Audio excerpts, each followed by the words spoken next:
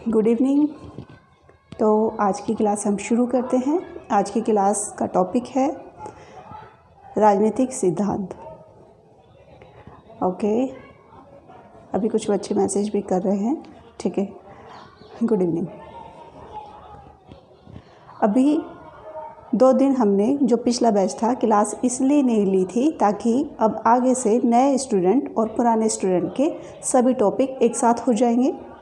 Okay, अब एक साथ सारी क्लासें चलेंगी और इससे आप लोगों का टाइम भी बच जाएगा और मेरा टाइम भी बच जाएगा थोड़ा सा, क्योंकि अभी आगे प्री आ रहा है। थोड़ा सा प्री स्टूडेंट का भी प्रेशर है, थोड़े से स्टूडेंट कुछ होपलेस भी हो रहे हैं एग्ज़ाम को देखकर। उसकी मतलब थोड़ा समस्या तो है ही, क्योंकि लॉकडाउन की सिचुएशन में कोई भी स्टूडेंट प्रॉपर तरीके से नहीं पढ़ाई कर पाया जिस तरीके से हर साल किया करते हैं।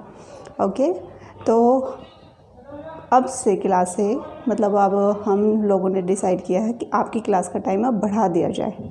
ठीक है, आज की क्लास तो क्योंकि टॉपिक छोटा है उतना ही रहेगा। अब आगे कल आपका स्टेट शुरू हो जाएगा, नया टॉपिक, उसमें आपकी क्लास का टाइम ड्यूरेशन बढ़ा दिया जाएगा और आगे आप पॉलिटिकल साइंस में थोड़ा सा हम टफेस्ट की तरफ बढ़ेंगे। ठीक है, लेकिन इतनी घबराने वाली बात नहीं है। सारी थ्योरी, सभी बातें हमारे थिंकर से रिलेटेड हैं फर्स्ट पॉइंट में, यानी कि आपके पहले प्रश्न पत्र में। ठीक है, आपको केवल ये जानना है कि कौन से थिंकर क्या सिद्धांत रखते हैं और उनके सिद्धांत से रिलेटेड यूपीएससी में किस तरह के क्वेश्चन पूछे जाते हैं। बहुत ज़्यादा इम्पोर्टेंट बात बस यही है और उसी के ऊपर क्वेश्चन अपने तैयार किए जाते हैं, है ना। तो आज का टॉपिक है राजनीतिक सिद्धांत।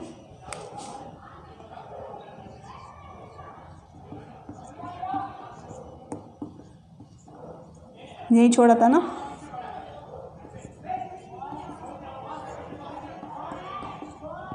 लिख लीजिएगा, नोट कर लीजिएगा। राजनीतिक सिद्धांत। सबसे पहले राजनीतिक सिद्धांत में राजनीतिक सिद्धांत का आता है अर्थ।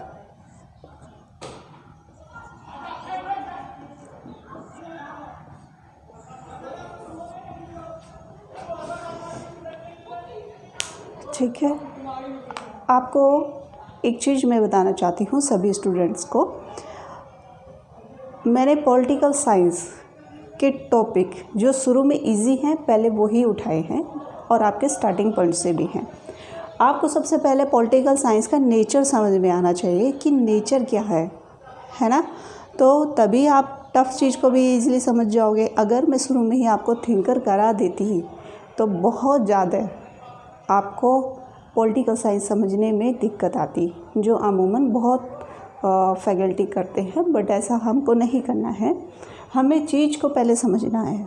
ठीक है, अगर आपने सिर्फ 2 लाइन भी समझ ली तो उसे एक्सप्लेन आप अपने तरीके से कई तरीके से कर सकते हैं, क्योंकि सोच विचार आपकी क्लियर हो जाती है। तो जिस तरीके से राजनीतिक सिद्धांत है, राजनीतिक सिद्धांत क्या है वास्तव में, क्यों हमें ज़रूरत पड़ती है राजनीतिक सिद्धांत पढ़ने की, राजनीतिक सिद्धांत के बिना भी काम चल सकता है।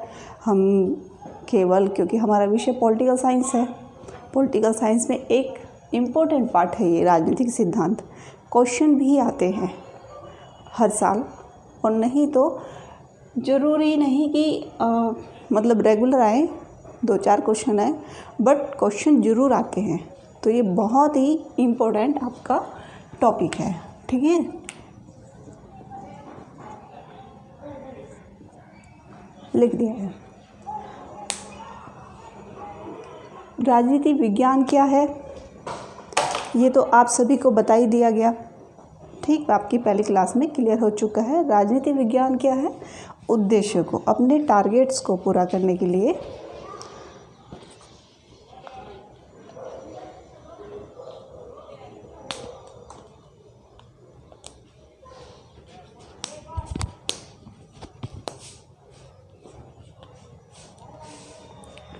उद्देश्य।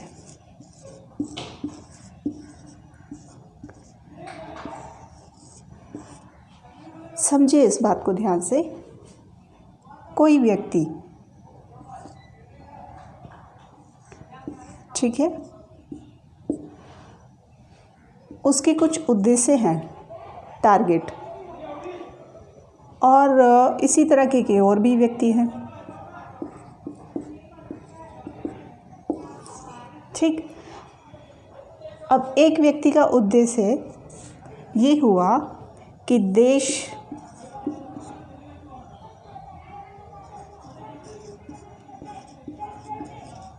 मैंने लिखा है यहाँ पे देश की पहचान, ठीक है। पहचान कैसे होगी?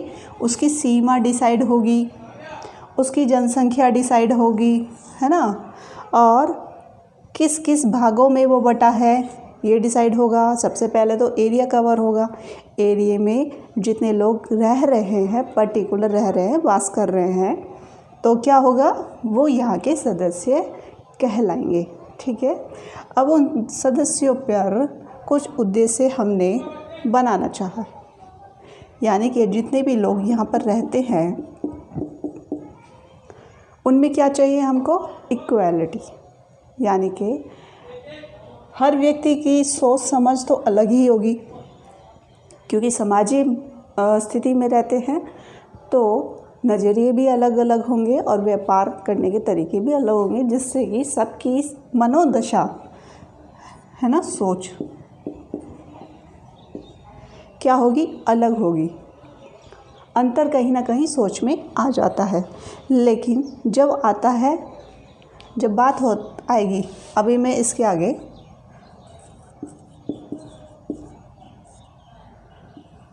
सबकी सर्व सोच या सार्वभौमिक सोच कर दूं तो क्या होगा? एक पर्टिकुलर एक कॉमन सोच होनी चाहिए ना, ठीक है।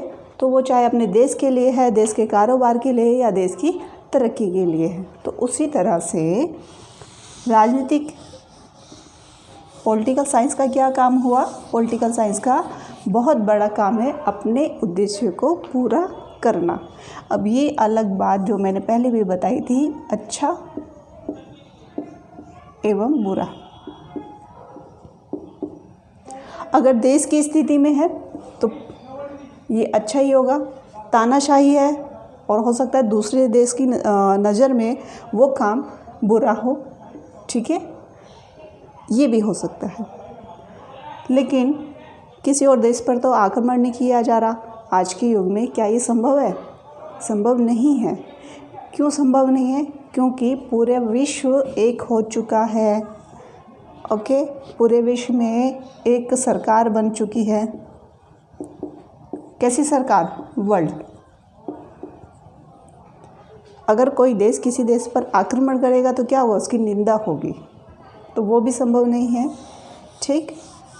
तो सरकार के कार्यों को अंजाम दिया जाता है, यानी कि अपने उद्देश्यों को पूरा करने के लिए जो भी योजनाएं बनाई जाती हैं वो राजनीतिक होती हैं, और ये व्यक्तिगत भी होती हैं और सामूहिक भी होती है। यानी कि सामूहिक कैसे होगी? मान लिया कोई पार्टी है, कोई पार्टी जिसका नाम ए रख देते हैं, कोई ए नाम की पार्टी ने ये रूल निकाला कि सभी महिलाओं के लिए शिक्षा कंपलसरी कर दी जाए, ठीक है। तो ये कैसा रूल हो गया? एजुकेशन का रूल हो गया, और सभी के लिए उच्च शिक्षा के स्तर को ध्यान में रख कर के बनाया गया रूल हो गया, ठीक। तो अब राजनीति का तो रूल आपको पता ही चल गया है, लेकिन अब बात आती है राजनीतिक सिद्धांत की, कि वास्तव में अगर राजनीति ये है कि अपने उद्देश्यों को पूरा किया जाए तो सिद्धांत क्या है? तो राजनीति के भी कोई सिद्धांत होने चाहिए। सिद्धांत की अगर हम बात कर रहे हैं तो ये होती हैं मान्यताएं,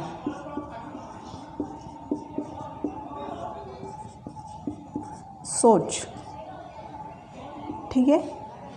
सिद्धांत जिन पर हम चलते आ रहे हैं या हमारी पीढ़ी भी चलती आ रही है, वही हमारे सिद्धांत होते हैं, वही हमारे विकास का कारक भी होते हैं, ठीक है। लेकिन ये कौन से विकास के कारक हो गए? राजनीति के अपने क्या हो गए? सिद्धांत हो गए। आपने देखा होगा जैसे पर्टिकुलर कुछ जगह पर क्या होता है, पर्टिकुलर कुछ जगह पर अध्ययन का कार्य होता है। तो राजनीति विज्ञान में भी अध्ययन का कार्य किया जाता है उसी तरह से जिस तरह से अन्य विषयों में किया जाता है। ठीक है, अब अर्थ में आ जाते हैं। राजनीतिक सिद्धांत इंग्लिश के थ्योरी लिख लीजिए। राजनीतिक सिद्धांत इंग्लिश के थ्योरी शब्द से बना हुआ हिंदी रूपांतरण है। ठीक, लिख लिया है। राजनीतिक सिद्धांत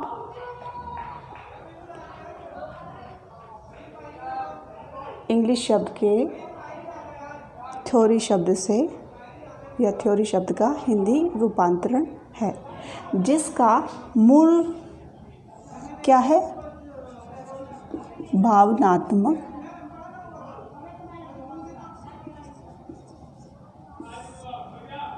सोच। अभी मैंने आपको बताया भावनात्मक सोच कैसी होगी, जो अपनी पार्टी के लिए होगी, जो अपने देश के लिए होगी। हमारा किसी सोच में, हमारा देश में, हमारा जिस पार्टी को हम चला रहे, संचालन कर रहे हैं, उसके प्रति एक भावनात्मक लगाव का होना बहुत ज़रूरी है।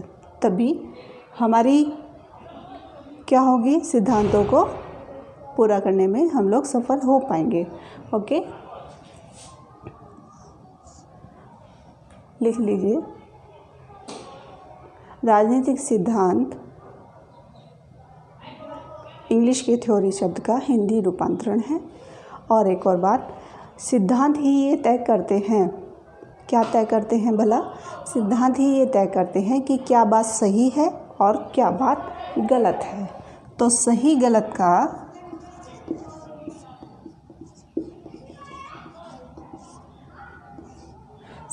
का कौन हमें ज्ञान देगा, हमारे सिद्धांत ही देंगे। वरना क्या होगा, अगर हमारे सिद्धांत नहीं रहे तो हम कोई कार्य गलत भी करते चले जाएंगे।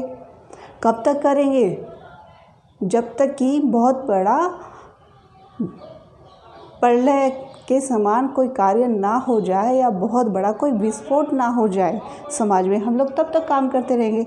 तो राजनीतिक सिद्धांत गलत कार्य को करने से रोकते हैं। ठीक है, सही या गलत का हमें पहले से ही क्या देते हैं, ज्ञान देते हैं।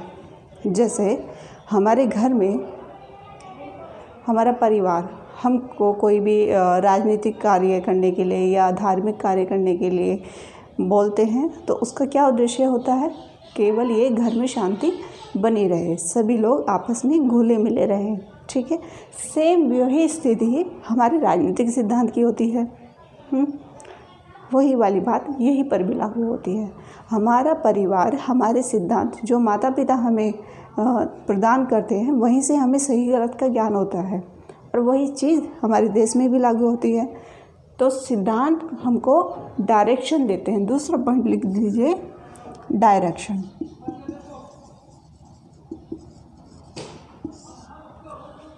डायरेक्शन प्रदान करते हैं। कौन सी डायरेक्शन प्रदान करेंगे, कार्य करने की। ठीक है, तीसरा पॉइंट लिख लीजिए, क्रिया। क्योंकि राजनीति क्या है, क्रिया है, यानी कि गतिमान क्रिया है। ये अगर हम चुपचाप से किसी कुर्सी पर बैठ जाएं, ठीक, तो ज़रूरी नहीं कि हम कोई राजनीतिक क्रिया नहीं कर रहे।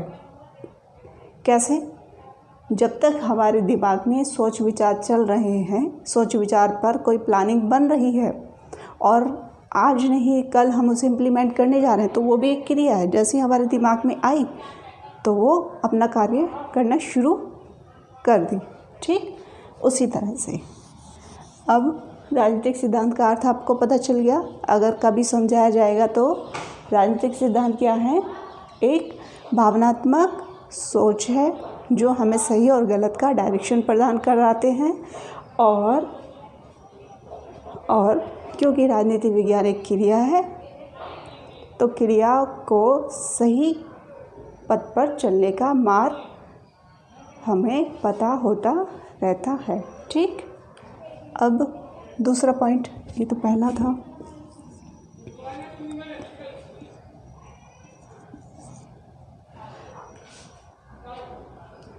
लिख लीजिए।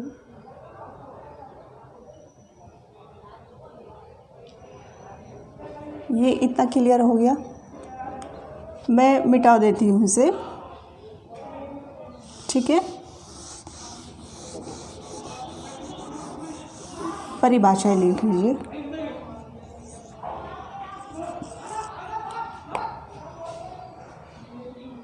लिख लीजिए। पहली परिभाषा सेबाइन की।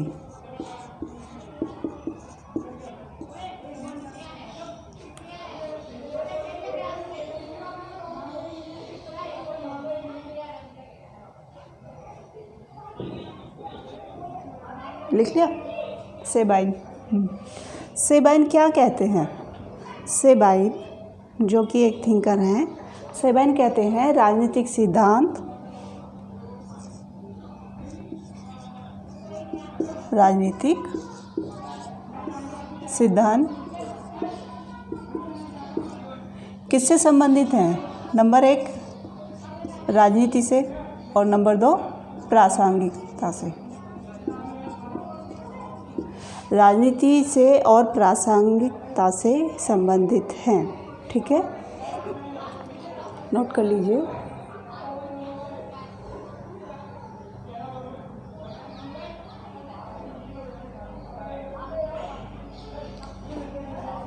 सेबाइन के अर्थों में राजनीतिक सिद्धांत राजनीति से और प्रासंगिकता से संबंधित हैं, जिसका संबंध है विधिवत,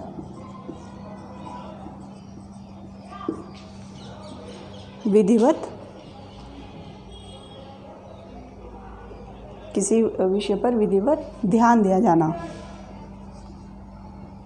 हो सकता है यहाँ से कट रहा हो,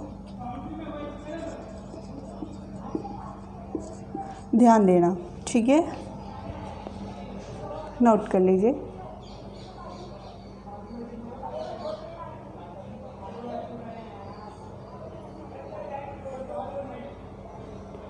अगला थिंकर है बलहम।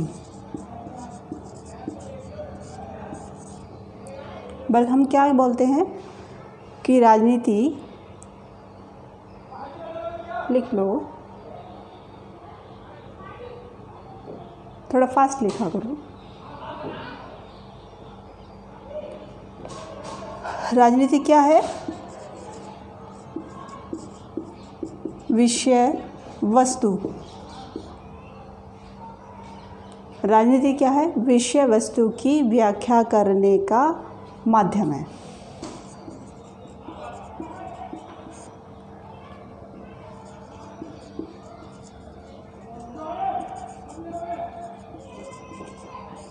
ठीक, राजनीति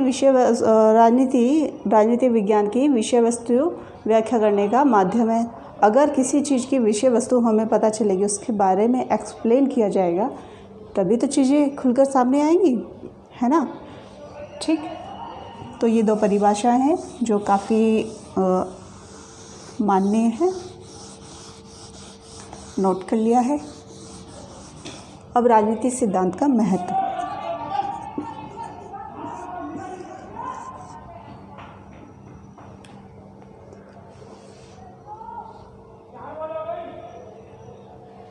महत्व के अंतर्गत आपके 2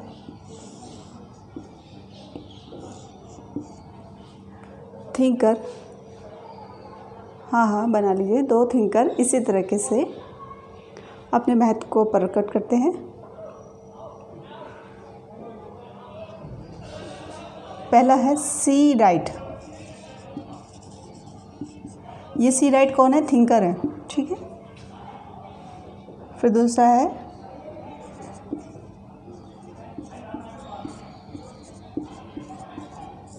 हेविड हेल्ड।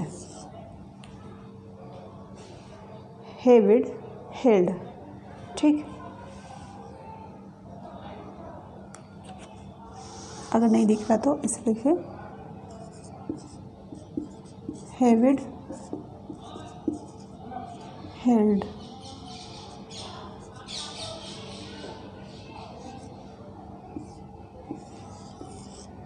ठीक। राजनीतिक विज्ञान में जो महत्व प्रदान किए गए हैं, जिन दृष्टियों को ध्यान में रखा गया है, वैसे तो बहुत महत्व है, लेकिन दो थिंकर अपने अपने दृष्टिकोण प्रेजेंट करते हैं। प्रेजेंट में डेविड हेल क्या करते हैं? नंबर 1 पॉइंट आउट कर लीजिए, राजनीतिक विज्ञान क्या है? वैज्ञानिक है। वैज्ञानिक कैसे? राजनीतिक सिद्धांत के अंदर जब हम अध्ययन करते हैं कोई सिद्धांत को, हम कैसे फॉलो कर लेंगे? जब तक कि हमें उसकी पूरी जानकारी हासिल नहीं होगी, तो ये क्या होगा? वैज्ञानिक होगा। यानी कि कोई जनरेशन तो ऐसी होगी जो तर्क वितर्क और पूरा फैक्ट पर बात करेगी। तो राजनीतिक विज्ञान हेवेल्ड के अनुसार क्या हो गए? वैज्ञानिक हो गए। और दूसरा पॉइंट हो गया शोध।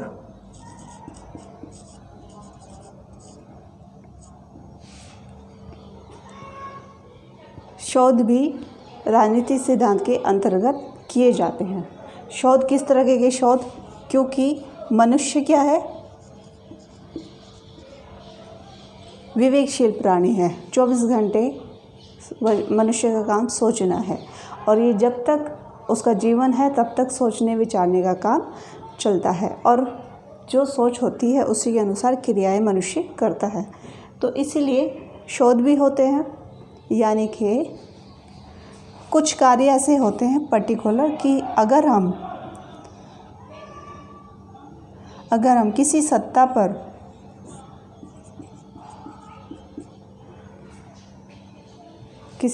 पर अपना पद प्राप्त कर लेते हैं, सर्वोच्च पद प्राप्त कर लेते हैं, तो उसकी ड्यूटी व्यक्ति की कैसी हो जाएगी? पब्लिक, सार्वजनिक हो जाएगी, है ना। और यही व्यक्ति अगर दूसरी दृष्टि से एक घर की भूमिका निभाता, तो उसकी ड्यूटी कैसी हो जाती है? सीमित हो जाती है, एक सीमित दायरे में आ जाती है। तो शोध किस तरीके का होगा? घर के व्यक्ति पर भी आप शोध कर सकते हैं, उसकी व्यवहार के बारे में, उसके कार्य के बारे में, उसकी क्षमताओं के बारे में। हाँ, और यही शोध किस पर हो सकते हैं? व्यक्ति के सामाजिक व्यवहार के बारे में, ठीक है। यानी कि वैज्ञानिक सोच बीच क्या होगा? एक बड़े स्तर पर होगा। इसीलिए तीसरा पॉइंट क्या है? संकल्पना पर आधारित है।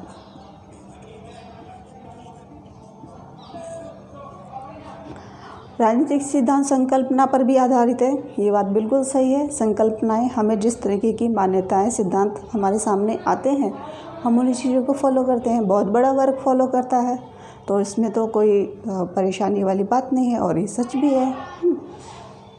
तो ये 3 सिद्धांत आप मोटे मोटे जो डेविड हेल्ड ने बताए हैं समझ लीजिए। डेविड हेल्ड के अपने एक तरीके से वैज्ञानिक दृष्टि के सिद्धांत हैं, अंतर है, ठीक है, वैज्ञानिक दृष्टि के सिद्धांत है। अब सी राइट क्या बोलते हैं? सामाजिक है। राजनीतिक सिद्धांत के अंतर्गत किन पक्षों को देखा जाता है? सामाजिक पक्षों को देखा जाता है। कौन बोलता है? सी राइट बोलते हैं। सी राइट कोई वैज्ञानिक तर्क की बात नहीं कर रही, ये वाली बात ध्यान रखिएगा। वैज्ञानिक तर्क की बात डेविड हेल्ड कर रहे हैं, सी राइट नहीं कर रहे। इनके अपने महत्व हैं कि महत्व सी राइट की दृष्टि से सामाजिक राजनीतिक सिद्धांत होते हैं, ठीक है, और ये वास्तविकताओं पर आधारित होते हैं।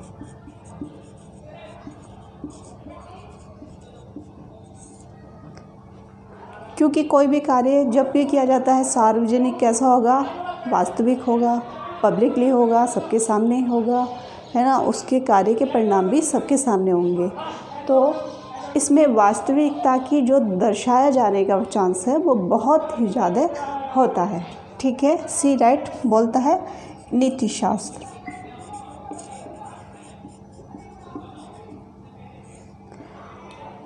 राजनीतिक सिद्धांत का महत्व क्यों है? राजनीतिक सिद्धांत का महत्व इसलिए भी है क्योंकि उसका संबंध किससे है?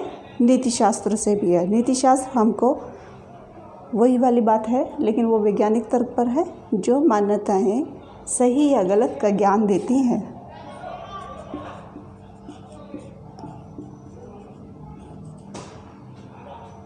वो हमारे नैतिक दृष्टि से महत्वपूर्ण हो जाती है। नैतिक कैसा होता है? आंतरिक हमारी दृष्टि, आंतरिक हमारी सोच। हाँ, ये सोच वो नहीं होती जो हमने किताबों में पढ़ी है, और ये सोच हमें वो भी नहीं कह सकते जो व्यक्ति को उसके पूर्वजों से मिली है। कुछ हद तक मिली होती है, लेकिन व्यक्ति के अपना मनोबल होता है, अपना विवेक होता है। अपना विवेक कैसा होता है? व्यक्ति लेकिन अगर गलत है तो गलत ही विवेक करेगा, और सही है तो वो हमेशा सही ही करेगा। तो नीति शास्त्र हमें सही का ही विवेक करने की प्रेरणा देता है, और ये बताता है कि क्या गलत है क्या सही है, दोनों चीज़ों में अंतर करने की दृष्टि। अगर हम अंतर ये कर रहे हैं कि हमें अपने सिर्फ फ़ायदा देखना है, जनता का चाहे नुकसान हो, तो ये कौन सा नीति शास्त्र हो गया? एक नकारात्मक। ठीक, जब आप थॉट पेपर में पढ़ते हैं तो यही सब चीज़ों की समझ है जो किसी भी थिंकर के द्वारा नहीं मिल सकती, लेकिन हाँ, थिंकरों को पढ़ के कुछ अंदाज़ा आप नीति शास्त्र का लगा सकते हैं। और थॉट पेपर में रखा भी क्यों है? क्योंकि आईएएस अधिकारी अपने ज़िले में जब 10-20 हज़ार लोगों को टैकल करता है तो उसके समक्ष ये प्रॉब्लम आती ही आती हैं। कहीं उसके ऊपर सत्ता का भी पावर है, और कहीं उसके ऊपर सामान्य स्तर को भी देखने का क्या होता है? जिम्मेदारी होती है। क्रियात्मक। राजनीति सिद्धांत क्या है? क्योंकि राजनीति में व्यक्ति क्या करता है? गतिशील रहता है, उसकी क्रियाएं लगातार चलती रहती हैं, उसके कार्य लगातार बनते रहते हैं। ठीक है, तो इसलिए राजनीतिक इसका महत्व क्यों है? क्योंकि ये क्रियात्मक है, निरंतर है और परिवर्तनशील है। और एक और पॉइंट जो मैं नीचे नहीं लिख ली, यहाँ लिख रही हूँ, अध्ययन।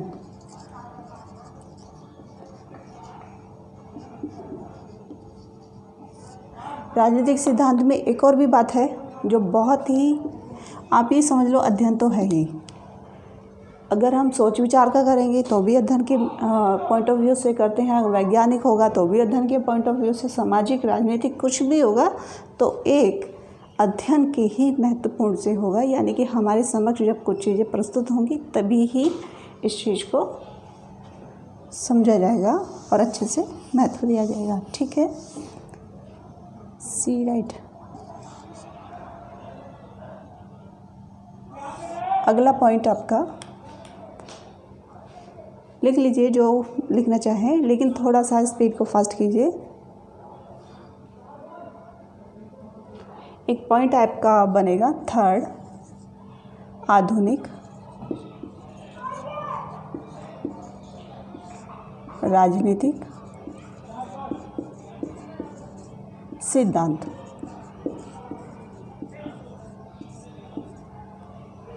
ठीक है, मैंने लिखा है आधुनिक राजनीतिक सिद्धांत। अगर बाय चांस नहीं दिख रहा है तो नोट कर लीजिए, आधुनिक राजनीतिक सिद्धांत। इसमें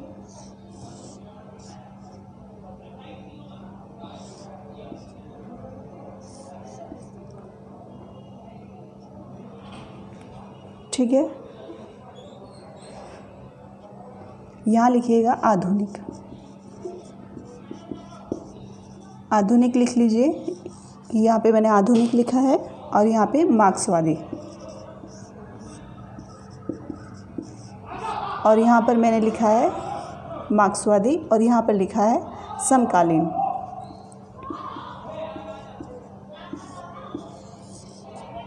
ठीक,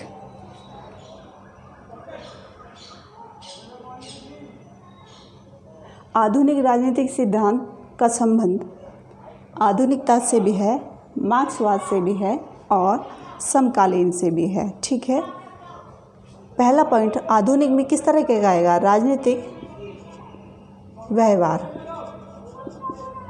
हम यहाँ किसका अध्ययन करेंगे? राजनीतिक व्यवहार का अध्ययन करते हैं। राजनीतिक व्यवहार में हम जानते हैं, समझते हैं और परिणाम तक पहुँचते हैं।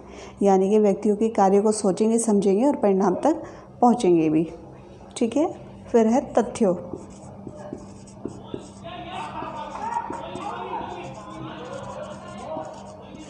कुछ आधुनिक किस तरीके का है, वैज्ञानिक दृष्टि का है, तो तथ्यों का अध्ययन भी इसमें होता है और वस्तुपरक है। तथ्यों का अध्ययन किस तरीके से होगा, यानी कि हमको डेटा इकट्ठा करना होगा।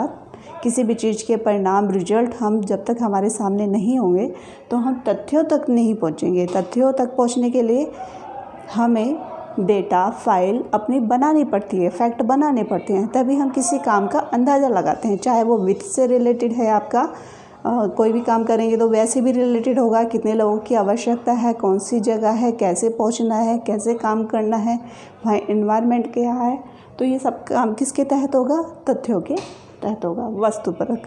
ठीक, वस्तुपरक क्या होता है, ये कोई काल्पनिक नहीं है।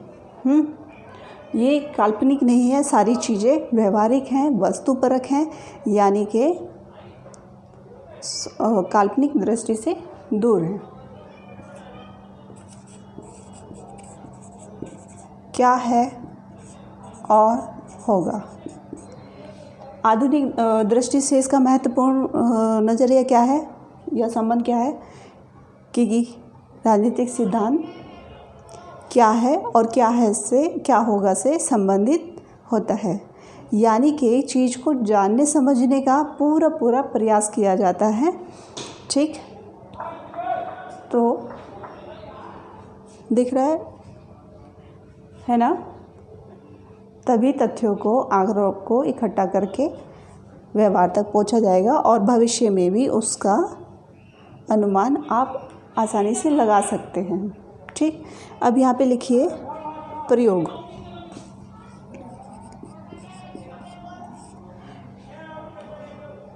प्रयोग भी संभव है, यानी कि अगर कोई आप प्लानिंग करते हैं कि हमें इस तरीके से कार्य करना है, किसी क्षेत्र में जाना है, राजनीतिक सामाजिक दृष्टि से वो महत्वपूर्ण है, और अगर आप प्रयोग करते हैं और वो सफल हो जाता है, या आपकी कोई पार्टी है वहाँ पर सफल हो जाती है, वो विजयी हो जाती है, तो भी एक प्रयोग है। तो वो प्रयोग कैसा होगा, आपका सकारात्मक। और जगह कम है तो मैं यहीं पे लिख देती हूँ मूल्यों। यहाँ मैंने लिखा है मूल्यों पर आधारित है। ठीक है, मूल्यों पर आधारित राजनीतिक सिद्धांत होते हैं, यानी कि अपने कुछ मानक तय हैं और जिनके आधार पर पर्टिकुलर कार्य किया ही किया जाता है। मार्क्सवादी सोच। मार्क्सवादी सोच थोड़ी सी क्या है, केवल आगे की तरफ। मार्क्सवादी सोच केवल आगे बढ़ने की तरफ ही केंद्रित है। पीछे क्या हो रहा है, पीछे की तरफ देखने के पक्ष में मार्क्सवादी सोच नहीं है। ठीक, जो राजनीति विज्ञान में संभव नहीं है ना। अब मार्क्सवादी सोच, एक और भी सोच है आपकी थोड़ी सी क्या बोलेंगे हम, अत्यधिक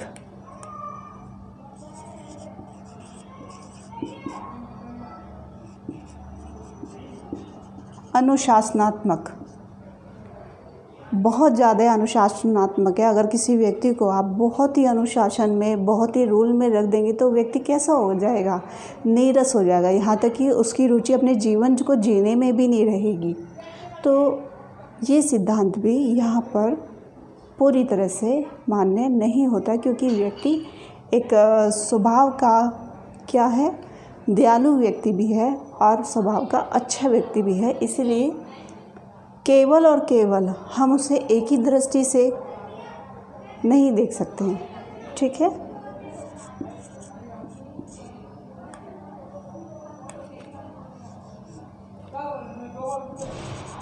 मार्क्स क्या बोलता है कि राजनीतिक सिद्धांत क्या है, पदार्थवादी। पदार्थवादी कैसे हो जाएगा, अब कुछ कल्पनाएं, संकल्पनाओं पर भी आधारित आपका राजनीतिक सिद्धांत होता है।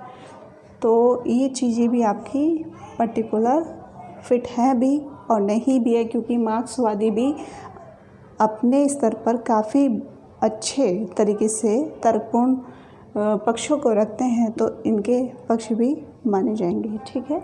समकालीन यानी कि 20वीं सदी।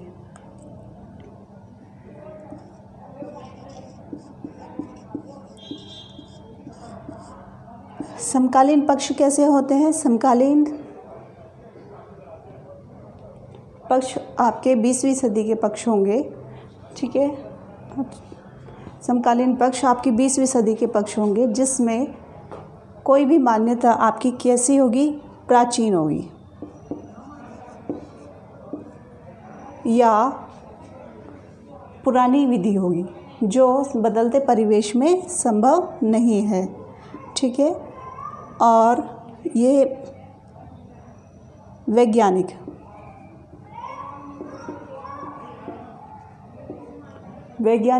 पक्ष पर भी आपका क्या है? समकालीन। हाँ, वैज्ञानिक पक्ष में भी आपकी समकालीन रुचि तर्कसंगत नहीं आएगी। ठीक है। क्योंकि वैज्ञानिक नज़रिया अब आधुनिक समय के साथ परिवर्तित होता जा रहा है। ठीक है, लिख लिया ना, है ना।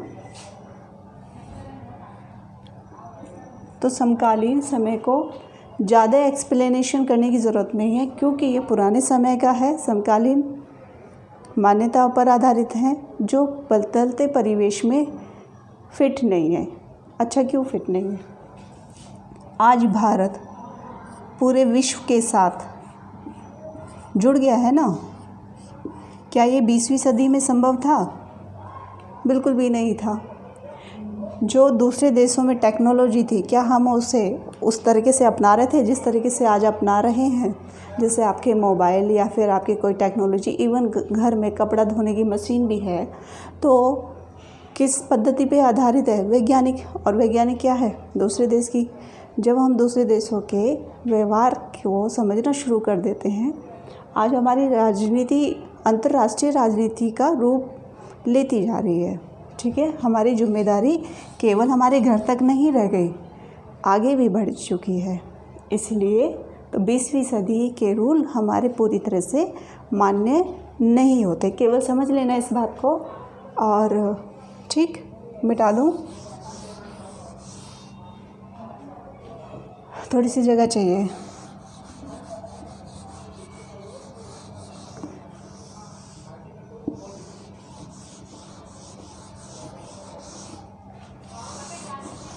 आप पॉलिटिकल साइंस को केवल समझो ज़्यादा है, रटो नहीं।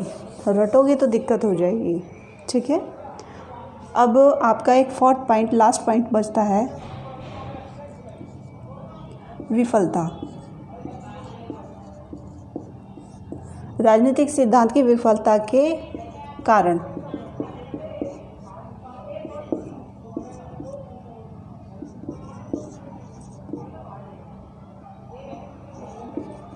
मनुष्य व्यवहार क्या है? गतिशील है। पहला पॉइंट लिख लीजिए आप। मनुष्य एक गतिशील प्राणी है। उसकी सोच और उसके व्यवहार दिनों दिन बदलते रहते हैं, और आज के समय में हमारी परिस्थितियाँ, हमारे व्यवहार एक देश के साथ से दूसरे देश के साथ अंतर संबंध हो रहे हैं, जिसके साथ में गतिशील व्यवस्था हो रही है। तो सिद्धांत किस टाइप के हैं? तो हमारे सिद्धांत भी क्या हो रहे हैं? परिवर्तनशील। ओके, ठीक है।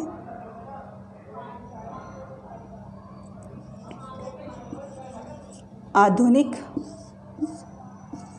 मूल्य या मूल्यों, एक कारण ये है, हमारे कुछ मूल्य पुराने हैं, लेकिन कुछ मूल्य आधुनिक भी बन चुके हैं। यानी कि आधुनिक मूल्य कैसे बन गया है? आधुनिक मूल्य में तो हम महिलाओं को ज़्यादा क्या कर रहे हैं? राजनीति में भागीदारी भी तो दे रहे हैं, जो कि पुराने समय में नहीं हुआ करती थी। 20वीं सदी में कौन महिला आती थी? कौन हिटलर की जगह ले लेगा? बिल्कुल भी संभव नहीं था। तो जो आज के समय में क्या हो रहा है, आप मलाला को ही देख लीजिए। उसने एजुकेशन के स्तर पे कितनी बड़ी आवाज़ उठाई। तो मूल्यों में बदलाव आ रहा है आजकल। इसीलिए पुराने मूल्य आज के मूल्यों पर तर्कसंगत नहीं बैठेंगे। ठीक है। फिर है प्रयोग, क्योंकि राजनीति विज्ञान में प्रयोग होते रहते हैं, ठीक, नए नए कार्य होते रहते हैं, उन प्रयोग पर नए नए क्या आते हैं, हमारे परिणाम आते हैं। तो जिस वजह से हमारे राजनीतिक सिद्धांत प्राचीन समय के सिद्धांत नहीं साबित हो सकते हैं, ठीक, यही कुछ कारण हैं। तो आज के टॉपिक में हम आज बस इतना ही रखेंगे, क्योंकि आज के टॉपिक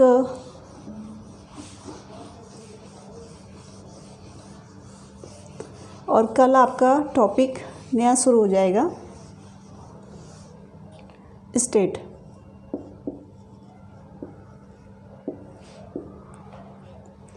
ठीक है। हालांकि राजनीतिक सिद्धांत से संबंधित मैं और भी फैक्ट आपको कराऊंगी, लेकिन अभी यहाँ पर जोड़ना ठीक नहीं होगा, ठीक है। अभी कल टॉपिक हम स्टेट को लेके चलेंगे। स्टेट का अर्थ और स्टेट से रिलेटेड काफ़ी क्वेश्चन बहुत पूछे जाते हैं, और बाकी आपका जो भी विचारधाराएँ रहेंगी, अब स्टेट टॉपिक कंप्लीट होने के बाद वो शुरू होती चली जाएंगी, ये आपके थिंकर भी काफ़ी आ जाएंगे। तो ठीक, कल हम फिर आएंगे, और एक हफ्ते के अंदर हम क्लास का टाइम भी अभी बढ़ा देंगे। आज के टॉपिक को यहीं हम कंप्लीट कर देते हैं, कल आपका टॉपिक स्टेट शुरू हो जाएगा, ठीक।